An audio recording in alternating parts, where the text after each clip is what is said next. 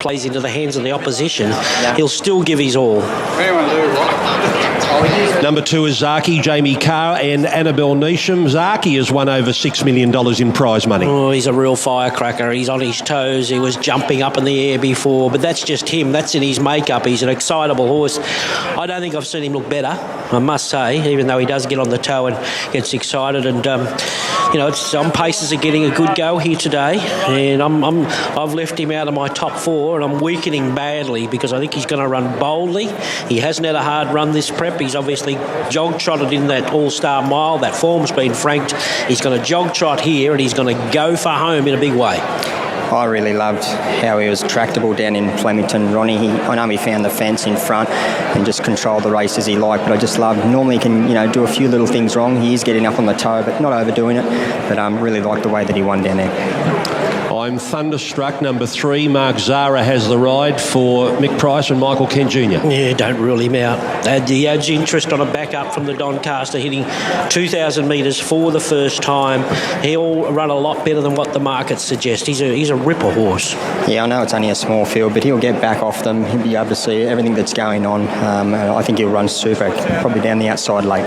He's another one that's earned over $6 million, most of it courtesy of his win in the Golden Eagle, which was 160 days ago. Mount Popper is number 4, Willie Pike riding for the Hawke stable. Well, his greatest asset is he's won another race now, and he loves heavy tracks, but he meets the cream of the crop here, and you'd have to say it would be an upset if he beat them.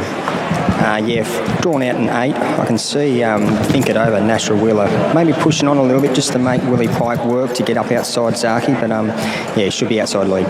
Dallasan, number 5, is lining up for start number 19 in a Group 1. Over $3 million in prize money. Chad Schofield riding for Leon McDonald and Andrew Lewis. Well, he's a very, very brave horse who did run a placing in this race last year, and he is sure to be honest again. Doesn't know how to run a bad race. Dallasan, drawn the 1. He'll pop straight in beyond the speed. He'll definitely give a good shout. She's won 11 Group 1s. She's won just shy of $15 million in prize money. She's won a Caulfield and Melbourne Cup. She's the horse of the year. And here she is looking for the race that has eluded her. Second twice behind a Dave. James McDonald and Chris Waller. He's Very Elegant.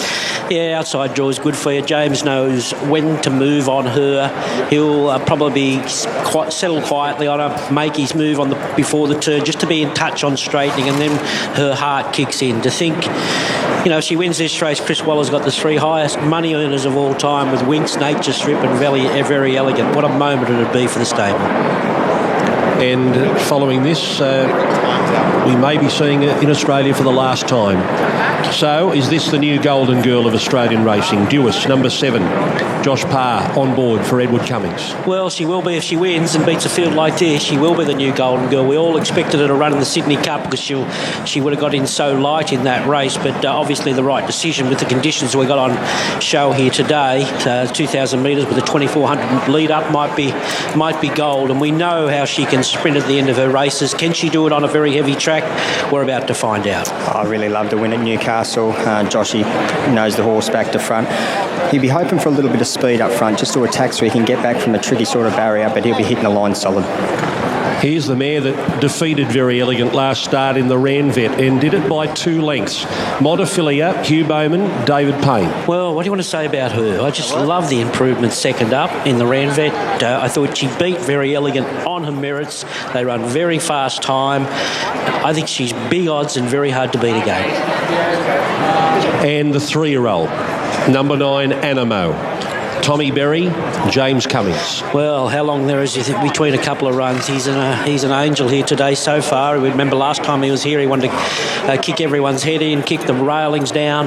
Last time he was beautiful and reacted. He's hit an absolute peak at the 2,000 metres here today, and you're going to see a proper 3-year-old. I think he can win.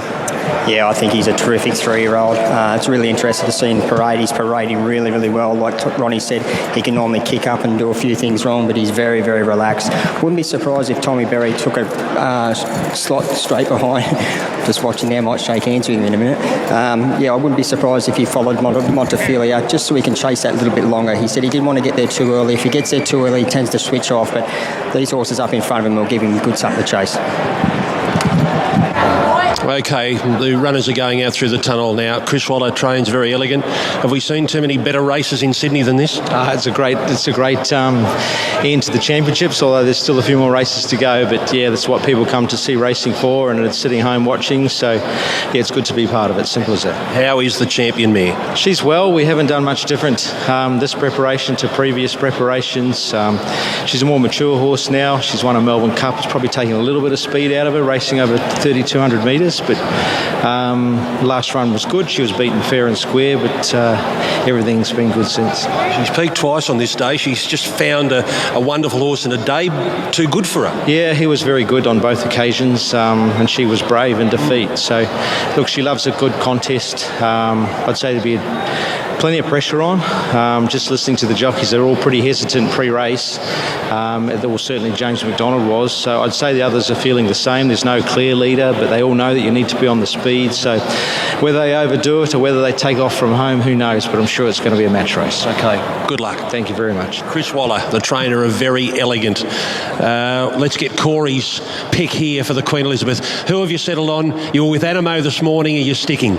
I'm sticking solid, especially with the way that he paraded. He had a little bit of a jig jog, but nothing compared to what he has done in previous parades. He can kick up and really get excited as a colt, but I just think it maps perfect for him. I loved his Rosehill Guineas win. I know they were a little bit, fussy about the time that he run, but given the way that he won and put him to the sword, I think he'll nearly do the same here today. I'm 9, 8, 6 and 7. I'm sure everyone's got their own opinion in a race like this, but he just wanted to get on the toe that last minute in the yard. There's just that last lap, so just a little concern. We'll keep the cameras on him behind the barrier, Animo, but he's right in this race. I think Montefilia looks big odds, 6, Very Elegant. What a champ she is, and best of the rest is Jewess, although Zaki, I hate to leave him out with the condition he's in. 9, 8, 6 and 7. Glenn? Getting to as close as they've been at any stage in the last week, these two favourites. I'm speaking about Very Elegant and Animo. Very Elegant out to $3.80 from as short as $3 earlier today. Animo now a $4 chance, and was it was $5 yesterday, and there's been no scratchings. We've got Zaki. He refuses to go away on the second line of betting. He's only moved between $5 and $6 throughout the whole day. He's there as a $5 chance. Jewess, well, as much as 7 her, as short as $5.50 is now 6. Montefilia, as much as $8, is now at its shortest all day as a $6 chance. I am thunderstruck at his best all day of 15. Think it over. He got to as much as 41. He's now 34. Mount Popper is a $61 chance. He's best as 71, and Dallas Sands at his best as $81 chance. But, well, we've got a minute to go to, or a bit under a minute, so probably another 2.5 minutes or so on top of that. And this is going to get very, very close here as to what. No, she's into 360 now, Very Elegant. I thought she'd continue to get out, but I'm looking at the liability, and that might be the reason they've given it a twist in. 380 Very Elegant, Animo at $4, Zaki at 5 and 6 a pair, Jewess and Montefilia, and this will be big. Oh, it will, and the crowd know it too. They're out here. It's a lot of nervous anticipation here, following the ones they like. Very Elegant would have the biggest cheer squad. They know her so well. I'm seeing Think It Over trot down in front of us past the winning post, and Tommy Berry's about to bring Animo. He's a fair way back. They've all gone right around past the home turn towards the 600-metre mark and given them a canter down the straight, and they look absolutely magnificent, Ron Doversey. Yeah, they do. What a race we have here. What are we going to do tactically after seeing the two previous races where these on paces have dominated in the Oaks and the Sydney Cup? So does that get play into their mind here? I don't think it'll play into the mind of Jamie Carr. She just licks Zaki stride along. Well, Chris Waller made comment about that in his pre-race interview, that these jockeys are really thinking about the tactics in this race. Who's going to make a move? Who's going to set this race alight? Will they be given the opportunity? Animo, the 3-year-old. They don't get the weight relief that they do in the spring here late into the season, but he's very, very popular. So you got the wonderful 3-year-old, all the mares, Montefilia, Jewess and Very Elegant. And you got this horse who only 12 months ago ran a bottler, Zaki, in a Doncaster and just took off from there.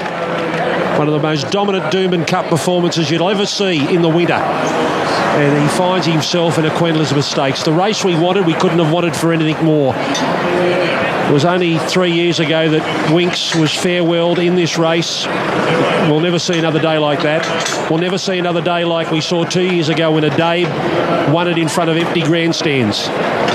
They're over behind the gates. Ali Mosley. Just got my eye on Animo at the moment. I know we've got a bit of a watch on him, obviously, every time before he goes into the gates. He's not getting above himself in terms of his manners. He is getting very warm, but as we've talked about a lot today, it's a very warm day out here, very muggy, a lot of steam coming off the ground. So he's not doing anything wrong. He's just getting warm. Ďaľašan, as always, he shows up and looks good every single time. Montefilia is really relaxed. Huey's just had her walking around here on the... so he's almost had her on the buckle. She's just got her head down, really quiet. Zaki was the first horse I saw to come over. He had a really good look at all of us here, all the cameramen and co, but not doing anything naughty. He just doesn't want to go forward at the moment. So Jamie's just taken her feet out of the irons and they're just getting him on the pony at the moment to try and encourage him to walk forward, think it over, his usual relaxed self, and of course, very elegant, doing nothing wrong at all. But just want to watch on Zaki at the moment. They're going to get him forward now, but he's a bit reluctant today. Well, that surprises me because when he walked into the yard 15 minutes ago, all he wanted to do was get on with it. So for him to balk at that first attempt is surprising. Here's Think It Over about to come up, and Duis for Ed Cummings and Josh Parr, who won the Tancred to the outside gate. Here it is, the Longines Queen Elizabeth. The Queen Elizabeth Stakes, $4 million, stand by for a start. They're ready. And the gates are back now, and they're off and racing. Zaki's left well, together with Think It Over, and Montefilia is very handy, together with Ďaľašan, and Animo quickly speeds through, gets into fifth position. In advance of Very Elegant, the 9 Thunderstruck, Mount Popper, and Duis has been snagged back to last. Jamie Carr's going to let Zaki roll, and he's going to clear the pack now as they go to the mile crossing, and it's Zaki in front by a length and a half. Think It Over rolls up on the outside going to second, and Montefilia has landed a very good position third, just being restrained for cover down the outside of Ďaľašan. 2 further back to the 3-year-old Animo on the outside of Thunderstruck. Further back to Very Elegant, racing alongside Mount Popper, and 2.5 lengths away to Duis, who'd be about 7 or 8 lengths off the lead. So it's Zaki in front, leading by 3/4 to Think It Over. Ďaľašan leaders back third, and 1 out, 1 back Montefilia. They're followed after 2 lengths then to Thunderstruck, who's getting a pretty good run on the inside of the colt Animo. Further back to Very Elegant, who's about 6 off the lead on the outside of Mount Popper, and Duis is right on the coattails of Very Elegant as they race inside the 1,000 metres now, and it's Zaki on top by a half length to Think It Over. Montefilia is travelling very strongly in third, followed by Ďaľašan. Then came Animo. Very Elegant moves up out wide from Thunderstruck, Mount Popper, and Duis once again Parr, keeping his powder dry, sits back last. They've got 600 metres to run, and it's Zaki in front by a half length to Think It Over as they start to really up the tempo now. Thunderstruck's improving along the rails. Then came Montefilia. She's trying to pick up. Very Elegant getting wide. Duis to the outside, and Mount Popper back to the rails into the straight, and Zaki still in front. Think It Over's coming to the stands rail. This is interesting. Zaki in front. Think It Over coming down the outside fence, and they're well clear from the rivals at the moment. Thunderstruck, Mount Popper making ground. Zaki in front. Think It Over. Can Nash get it home? He's coming right down the outside. Zaki in front. Think It Over. Down the stands rail. Lunges. Gets up. Think It Over. What a ride. Nash Rawiller in spectacular style wins the Queen Elizabeth, running down Zaki. Mount Popper, I'd say, third from Very Elegant. Then Ďaľašan from Duis. Thunderstruck. Montefilia. And weakening out at the end, Animo. Ride of the century, Nash Rawiller. He came to the outside fence.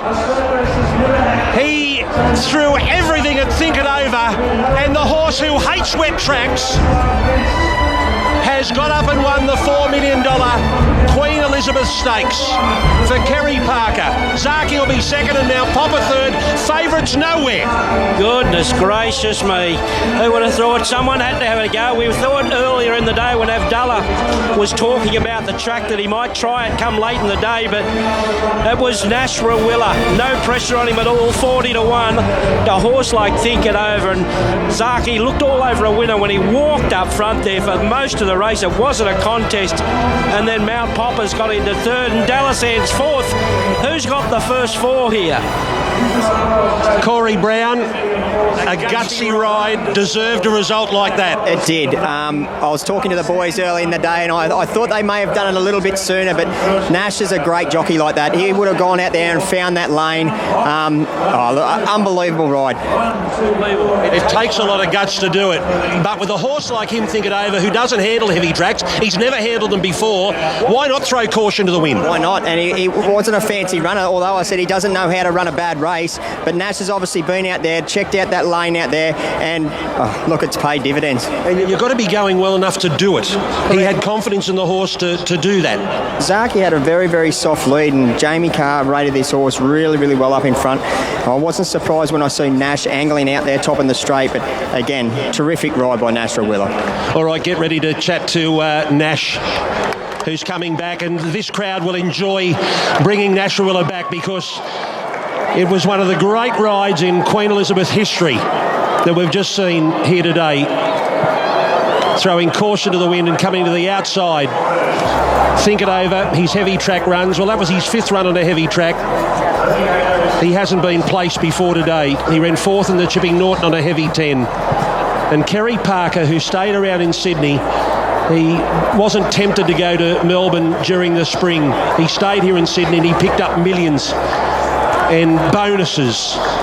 And now on top of $4.7 million comes the first prize of the Queen Elizabeth Stakes. And he's just become a weight for age star. And it hasn't happened overnight. This has been a work of 3 years in progress. Well, Kerry Parker, congratulations. I think we just saw the ride of the century. Oh, no doubt at all. Our plan was to go forward, and I didn't care if he snuck away at the 1,000, but Nash had gone to the inside on one earlier and went, yeah, that's no good there. So he's obviously thought, well, we'll go to the outside this time, and what a thrill, So what was discussed about that tactic beforehand, seriously? Not so much to go to the outside, that was Nash on his own, but the plan was always to make sure this was generally run. If I was anywhere near Very Elegant and company at the 600, they were going to beat me home, So my only option was to go out there positive and let the horse do the work. Just rely on his guts and will to win. We've had more rain this week than last week. We've never seen so much rain, and this horse doesn't like wet tracks. No, well, obviously it's a little bit better on the outside. Oh, are you proud of him? Oh, very proud of him. Sensational, like I said, we come here today, I said to the guys, we haven't given up the ghost just because it's wet doesn't mean we can't win. We know this horse tries so hard, and so does Nash, and mate, the team's just overwhelmed. Brilliant. Your biggest win, congratulations. Yeah. Cheers, mate, thank you. Nash is coming up. To do before race 8 on the card, a quality handicap over 1350 metres. Favourite here is, well, it's between two, Dream Reacher and Ulysses. So let's start with Tyzone. He's a Group 1 winner, Maxi, Toby and Trent Edmonds, Brad Stewart. Yeah, the problem is the big weight, 61 kilos.